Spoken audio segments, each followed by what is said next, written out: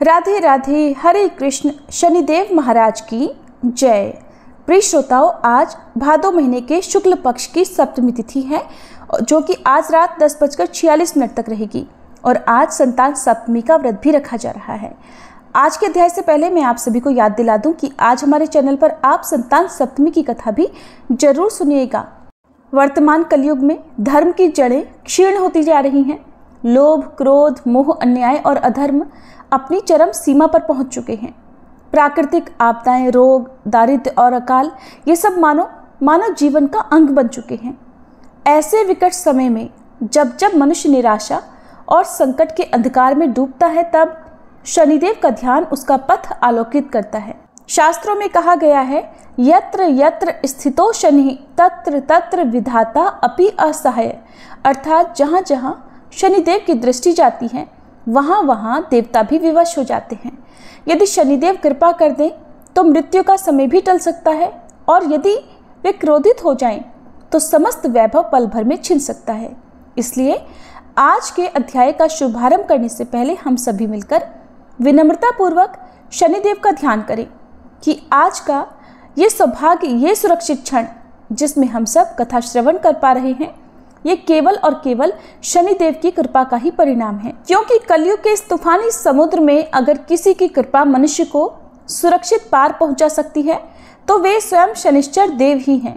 इसलिए इस कथा के शुभारंभ में हम सब अपने मन, वचन और कर्म से शनिदेव को नमन करें और प्रार्थना करें, हे प्रभु, यदि आप कृपालु हो जाएं तो काल भी हमारा कुछ नहीं बिगाड़ सकता, और यदि आप रुष्ट हो जाएं तो संसार का कोई भी उपाय हमें नहीं बचा सकता। हम सब पर आप अपनी कृपा दृष्टि सदैव बनाए रखें। सभी प्रेम से बोलिए, शनिदेव महाराज की जय। एक बार की बात है कि सभी नवग्रहों में, जिनमें सूर्य, चंद्र, मंगल, बुध, बृहस्पति, शुक्र, शनि, राहु और केतु में विवाद छिड़ गया कि इन सब में बड़ा कौन है। सभी आपस में विवाद करने लगे, लेकिन कोई निर्णय न निकलने पर देवराज इंद्र के पास वे निर्णय कराने पहुंचे। सभी ग्रहों को अपने सामने उपस्थित देखकर इंद्रदेव घबरा गए।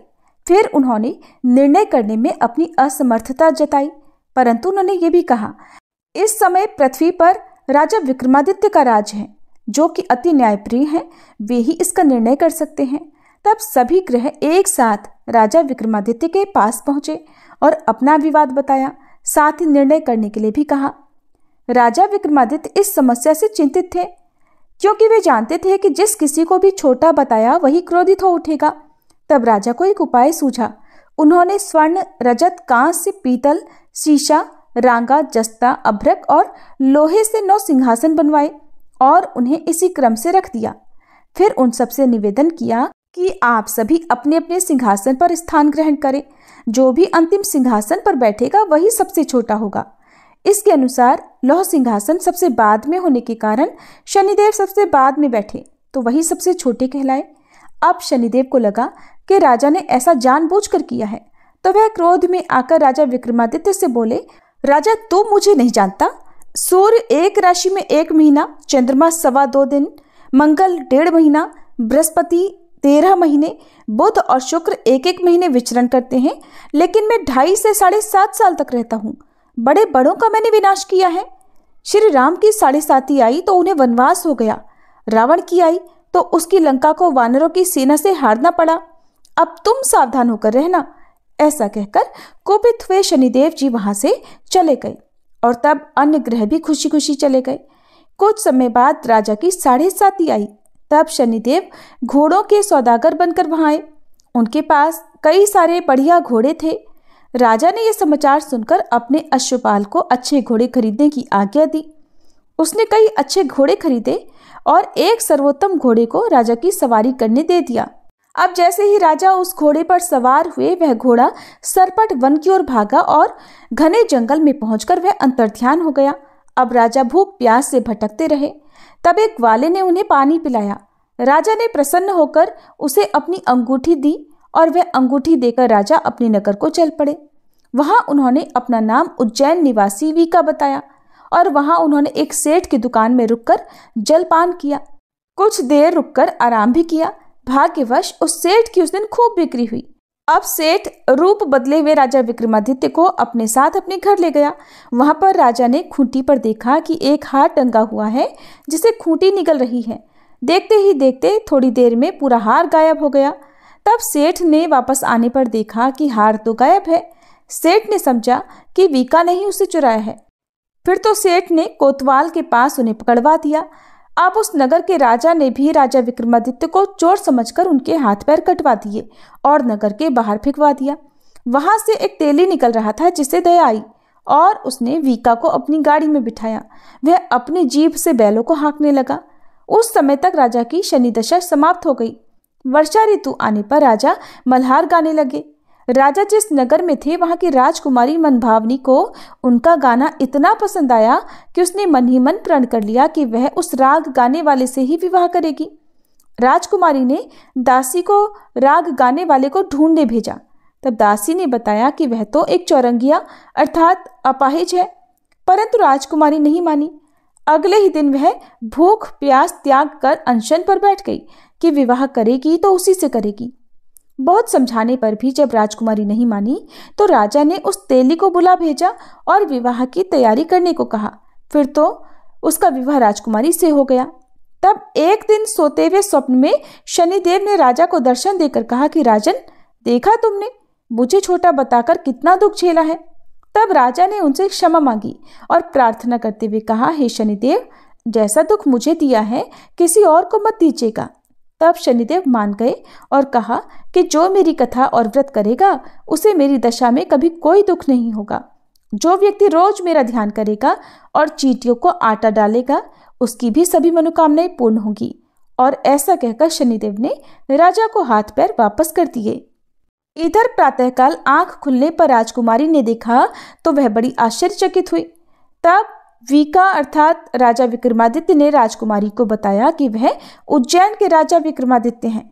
जानकर सभी अत्यंत प्रसन्न हुए। सेठ ने जब सुना तो वह राजा के पैरों पर गिरकर क्षमा मांगने लगा। राजा ने कहा कि ये तो शनिदेव का क्रोध था, इसमें किसी का कोई दोष नहीं। सेठ ने फिर भी निवेदन किया कि राजन, मुझे शांति तभी मिलेगी जब आप मेरे घर चलकर भोजन करेंगे। तब सेठ ने अपने घर तरह तरह के व्यंजनों से राजा का सत्कार किया। सभी ने देखा कि जो खूंटी हार निगल गई थी वही अब उसे उगल रही थी। सेठ ने अनेक मोहरे देकर राजा का धन्यवाद किया। इसके बाद राजा रानी को लेकर अपने राज्य वापस लौट आए, जहां पर उनका खूब धूमधाम से स्वागत किया गया। राजा विक्रमादित्य ने कहा कि उन्होंने शनिदेव को छोटा बताया था, लेकिन वे तो सर्वश्रेष्ठ हैं। तब से राजा विक्रमादित्य के राज्य में शनिदेव की पूजा और कथा रोज होने लगी। शनिदेव की ये दिव्य और प्रेरणादायक कथा अब पूर्ण होती है। जिन्होंने भी श्रद्धा से इस कथा को सुना उन्होंने न केवल शनिदेव की कृपा प्राप्त की बल्कि अपने पापों का भी क्षय किया। कथा श्रवण का यही संदेश है, जो जैसा कर्म करेगा वैसा फल पाएगा, पर शनिदेव यदि कृपा कर दे तो दुर्भाग्य भी सौभाग्य बन जाएगा। अब आइए हम सब मिलकर शनिदेव से विनम्र प्रार्थना करें। हे कर्मों के न्यायाधीश शनिदेव, हमारे अच्छे बुरे सभी कर्मों को क्षमा कर हमें सही राह दिखाइए। हमारे जीवन से संकट, दरिद्रता, रोग और शत्रुता को दूर कर धैर्य, विवेक, संयम और सफलता प्रदान कीजिए। शनिदेव की कथा सुनने मात्र से मनुष्य को चंद्र दोष, राहु केतु की बाधाएं और समस्त शनि पीड़ा से मुक्ति मिलती है। जो हर शनिवार को इस कथा को सुनते हैं, शनिदेव उनके जीवन की नैया पार लगा देते हैं। ओम शन शनिश्चराय नमः का जाप करते हुए कथा को यही विराम देते हैं, पर शनिदेव की ये भक्ति अनवरत चलती रहे। प्रेम से बोलिए शनिदेव महाराज की जय। अब सुनिए आज का अध्याय। व्यास जी कहते हैं कि भगवान के अलौकिक कर्म देखकर वसुदेव और देवकी को उनके भगवत भाव का ज्ञान हो गया। ये देखकर भगवान श्री हरि ने यदुवंशियों को मोहने के लिए वैष्णवी माया फैलाई और कहा, माता और पिताजी, मैं और भैया बलराम बहुत दिनों से आपके दर्शन करने के लिए तत्पर थे। आज इतने लंबे समय के बाद हमें आपका दर्शन मिला है। जिसका समय माता पिता की सेवा के बिना ही बीतता है, उस पुत्र का तो जीवन व्यर्थ है। वह जननी को कष्ट देने वाला माना गया है। साधु पुरुषों में उसकी निंदा होती है। तात जो गुरु, देवता, ब्राह्मण और माता पिता का पूजन सत्कार करते हैं उन्हीं का जन्म सफल होता है। पिताजी, हम लोग कंस के बल और प्रताप से पराधीन हो गए थे, इसलिए हमारे द्वारा जो अपने कर्तव्य का उल्लंघन हुआ है वह सब आप क्षमा कर दीजिए। ऐसा कहकर दोनों भाइयों ने अपने माता पिता को प्रणाम किया। फिर क्रमशः यदुकुल के सभी बड़े बूढ़ों का चरण स्पर्श किया। इस प्रकार अपने विनयपूर्ण बर्ताव से समस्त पुरवासियों के मन में अपने प्रति स्नेह भर दिया। कंस के मारे जाने पर उसकी पत्नियां और माताएं शोक और दुख में डूब गई और उसको सब ओर से घेर कर अनेक प्रकार से विलाप करने लगी। उन्हें घबराई हुई और दुखी देखकर भगवान कृष्ण स्वयं भी नेत्रों से आंसू बहाते हुए उन सबको सांत्वना देने लगे। उग्रसेन को कैद से छुड़ाया और अपने राजपद पर अभिषिक्त कर दिया। राजासन पर बैठने के बाद उग्रसेन ने अपने पुत्र के और अन्य मरे हुए व्यक्तियों के पारलौकिक कार्य किए। मृतकों की और्ध्वदैहिक क्रिया करने के बाद जब उग्रसेन फिर से सिंहासन पर बैठे तब श्री कृष्ण ने उनसे कहा, महाराज, जो भी आवश्यक कार्य हो उसके लिए मुझे निशंक होकर आज्ञा दीजिए।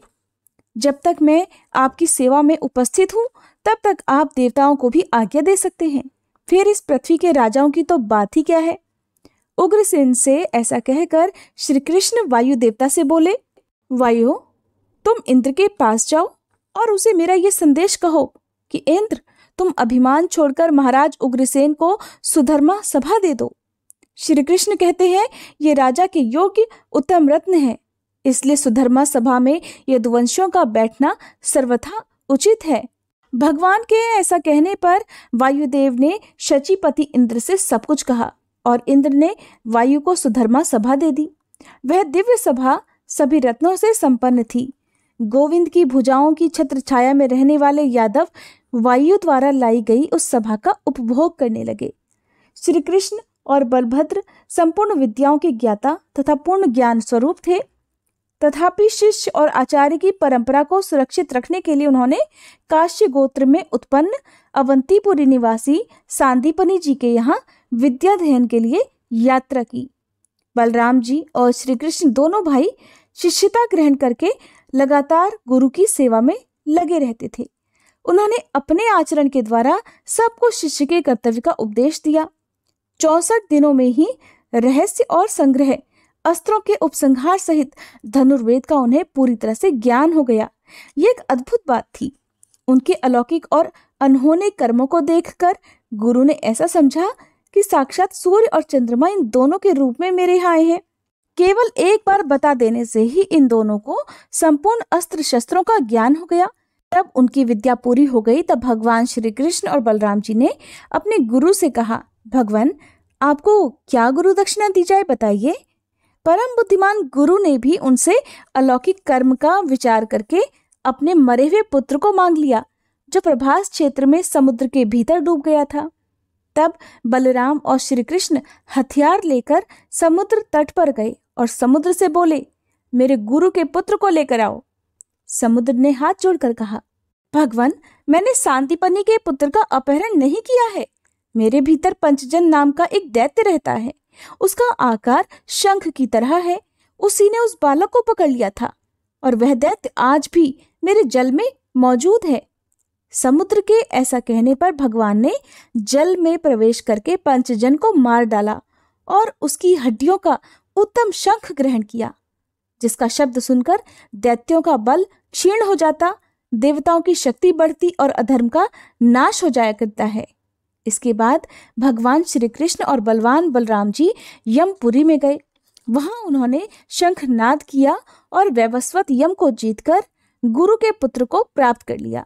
वो बेचारा वह नरक की यातना भोग रहा था।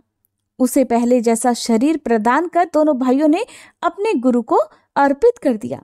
इसके बाद वे दोनों बंधु उग्रसेन द्वारा पालित मथुरापुरी में चले आए। उनके आने से मथुरा के सभी स्त्री पुरुष प्रसन्न हो गए। महाबली कंस ने जरासंध की पुत्री अस्ति और प्राप्ति से विवाह किया था। जरासंध मगध देश का बलवान राजा था।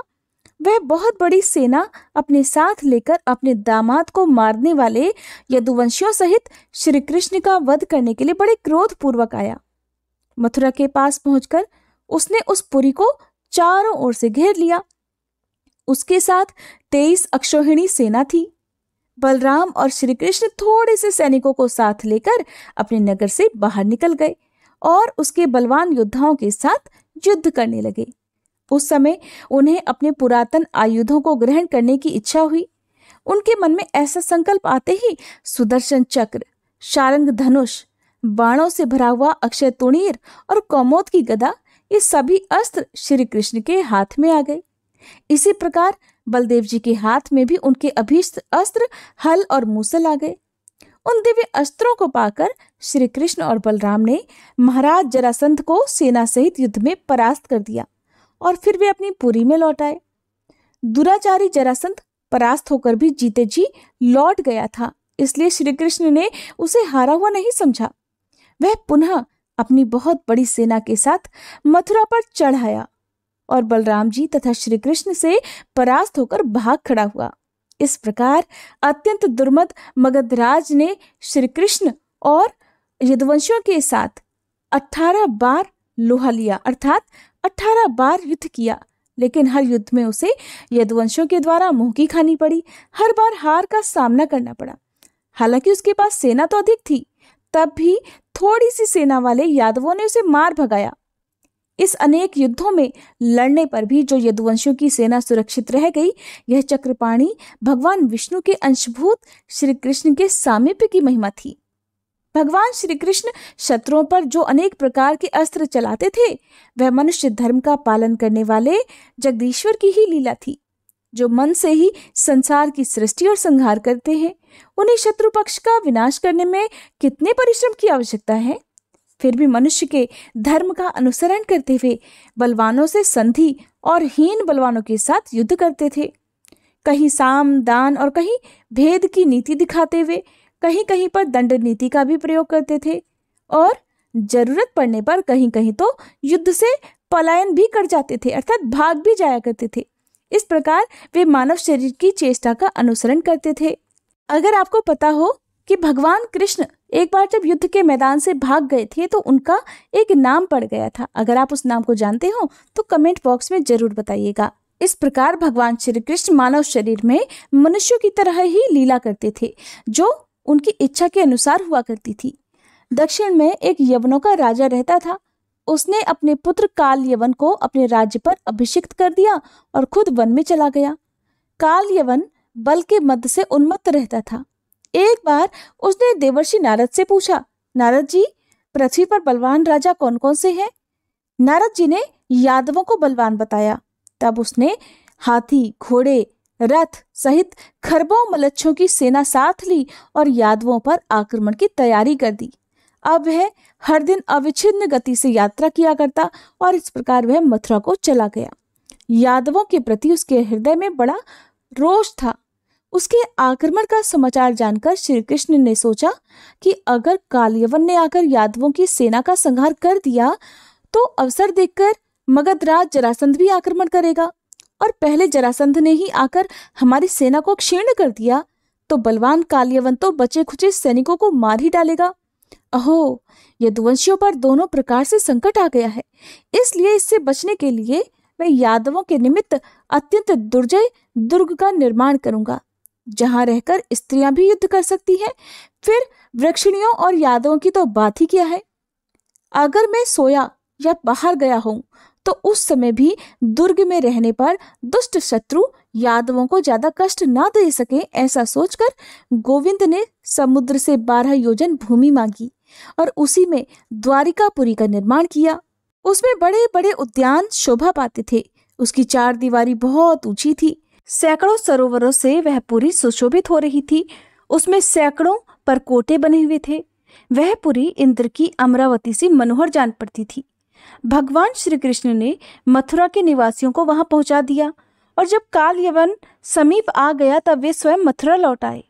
मथुरा के बाहर काल यवन की सेना का पड़ाव था।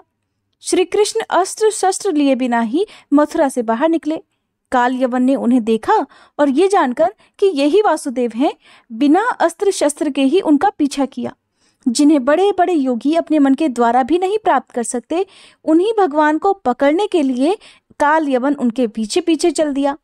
उसके पीछा करने पर श्री कृष्ण भी एक बहुत बड़ी गुफा में प्रवेश कर गए, जहां महापराक्रमी मुचुकुंद सोए हुए थे। काल यवन ने भी उस गुफा में प्रवेश करके देखा एक मनुष्य सो रहा है। उसे ही श्री कृष्ण समझकर उस खोटी बुद्धि वाले यवन ने लात मारी। मुचुकुंद की आंख खुल गई और वह यवन राजा की दृष्टि पड़ते ही उनकी क्रोधाग्नि से जलकर भस्म हो गया। और ऐसा क्यों हुआ, इस बारे में भी जानिए। पूर्व समय में राजा मुचुकुंद देवासुर संग्राम में युद्ध करने के लिए गए हुए थे। वहां उन्होंने बड़े बड़े दैत्यों को हरा दिया। युद्ध समाप्त होने पर उन्हें नींद सताने लगी। तब उन्होंने देवताओं से बहुत लंबे समय तक निद्रा में लीन रहने का वरदान मांगा। देवताओं ने कहा, राजन, जो तुम्हें सोते से उठा देगा वह तुम्हारे शरीर से उत्पन्न हुई अग्नि से उसी क्षण जलकर भस्म हो जाएगा। इस प्रकार पापी कालयवन को भस्म करके राजा ने मधुसूदन से पूछा, आप कौन हैं? तब वे कहने लगे, मैं चंद्रवंश के भीतर यदुकुल में उत्पन्न वसुदेव पुत्र श्री कृष्ण हूँ। ये सुनकर उन्होंने सर्वेश्वर श्री कृष्ण को प्रणाम करके कहा, भगवान, मैंने आपको पहचान लिया। आप श्रीहरि के अंशभूत साक्षात परमेश्वर हैं। पूर्व काल में गार्ग ने कहा था 28वें द्वापर के अंत में यदुकुल में श्रीहरि का अवतार होगा। वे अवतारधारी श्रीहरि आप ही हैं, इसमें तनिक भी संदेह नहीं। प्रभु, आप मर्त्यलोक के प्राणियों का उपकार करने वाले हैं। आपके इस महान तेज को मैं नहीं सह सकता और आपकी वाणी महामेघ की गंभीर गर्जना के समान है। देवासुर संग्राम में दैत्य पक्ष के महान योद्धा भी आपके जिस महान तेज को सहन नहीं कर सके, वही तेज आज मेरे लिए भी असह्य है। संसार सागर में पड़े हुए जीवन के लिए एकमात्र आप ही परमाश्रय हैं। प्रभु, आप शरणागतों की पीड़ा दूर करने वाले हैं। भगवान, मुझ पर प्रसन्न होइए और मेरे अमंगल को हर लीजिए। आप ही समुद्र, पर्वत, नदी, वन, पृथ्वी, आकाश, वायु, जल, अग्नि तथा पुरुष हैं। पुरुष से भी परे जो व्यापक, जन्म आदि विकारों से रहित, शब्द आदि से शून्य, सदा नवीन तथा वृद्धि और क्षय से रहित तत्व है, वह भी आप ही हैं। देवता, पितर, यक्ष, गंधर्व, राक्षस, सिद्ध, अप्सरा, मनुष्य, पशु, पक्षी, सर्प, मृग तथा वृक्ष सब आपसे ही उत्पन्न हुए हैं। इस चराचर जगत में जो कुछ भी भूत या भविष्य, मूर्त या अमूर्त अथवा स्थूल या सूक्ष्मतर वस्तु है, वह सब आपके सिवा कुछ भी नहीं है। भगवान, इस संसार चक्र में आध्यात्मिक आदि तीनों तापों से पीड़ित होकर सदा भटकते हुए मुझे कभी शांति नहीं मिली। नाथ, मैंने मृग तृष्णा से जल की आशा करके दुखों को ही सुख समझकर ग्रहण किया, इसलिए वे सदा मेरे लिए दुख के कारण ही बने रहे। प्रभु, राज्य, पृथ्वी, सेना, कोश, मित्र, पुत्र, पत्नी और शब्द आदि विषय, ये सब कुछ मैंने सुख बुद्धि से ग्रहण किया, किंतु हे देवेश्वर, परिणाम में ये सब मेरे लिए दुख कारक ही सिद्ध हुए हैं। नाथ, देवलोक की उत्तम गति को प्राप्त देवताओं को भी जब मुझसे सहायता लेने की इच्छा हुई, तब वहां भी नित्य शांति कहाँ है? आप संपूर्ण जगत के उद्गम स्थान हैं। परमेश्वर, आपकी आराधना किए बिना सनातन शांति कौन पा सकता है? जिनका चित्त आपकी माया से मोहित है, वे जन्म, मृत्यु और जरा आदि कष्टों को भोग कर अंत में यमराज का दर्शन करते हैं। इसके बाद सैकड़ों पाशों में आबद्ध होकर नरकों में अत्यंत दारुण दुख भोगते हैं। ये विश्व आपका ही स्वरूप है। परमेश्वर, मैं अत्यंत विषयी हूँ और आपकी माया से मोहित होकर ममता के अगाध गर्त में भटक रहा हूँ। वही मैं आज अपार और स्तवन करने योग्य आप परमेश्वर की शरण में आया हूँ, जिससे अलग दूसरा कोई परम पद ही नहीं है। व्यास जी कहते हैं, परम बुद्धिमान राजा मुचुकुंद के इस प्रकार स्तुति करने पर आदि अंत रहित सर्वभूतेश्वर श्री कृष्ण कहने लगे, हे नरेश्वर, तुम अपनी इच्छा के अनुसार दिव्य लोकों में जाओ और मेरी कृपा से उत्तम ऐश्वर्य से संपन्न होकर वहां के दिव्य भोग भोगो।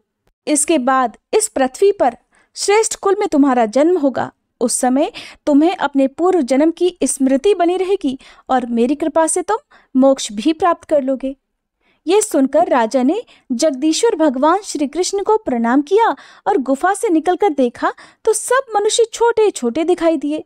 तब कलयुग आया जानकर वे तपस्या करने के लिए गंधमादन पर्वत पर भगवान नर नारायण के आश्रम में चले गए। श्री कृष्ण ने भी युक्ति से शत्रु का वध कराकर मथुरा में आकर हाथी, घोड़े और रथ से सुशोभित उनकी सारी सेना अपने अधिकार में कर ली और द्वारिका में ले जाकर राजा उग्रसेन को समर्पित कर दी। अब संपूर्ण यादव शत्रुओं के आक्रमण की आशंका से निर्भय हो गए। इसके बाद जो कुछ भी हुआ उसका वृतांत आप सभी अगले अध्याय में जरूर सुनिए।